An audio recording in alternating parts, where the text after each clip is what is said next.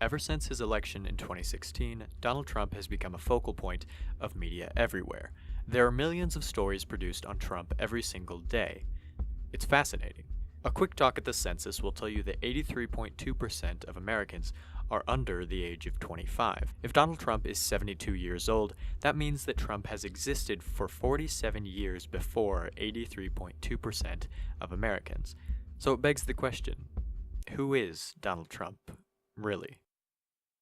Donald J. Trump.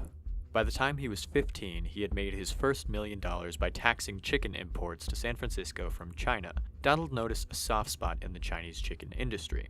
What he noticed was that all the poultry imported from China was tainted with thick layers of tar, making the meat taste cheap and imported.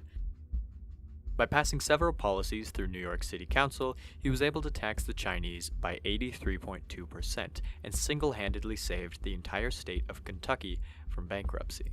But how did he get from taxing imports on chicken to taxing imports on steel and other things that we don't care where they're made? The Jews. Trump is a devout Jew. He was raised in a very Asiatic part of New York and still retains many of his Jewish beliefs to this day. He has stated that he loves Jews so much, maybe more. And based on his average support of a Jewish Israel, it is easy to see Trump hates Jews. A look into FBI reports recently released have shown that Trump is planning what he calls Holocaust 2, Everyone Dies.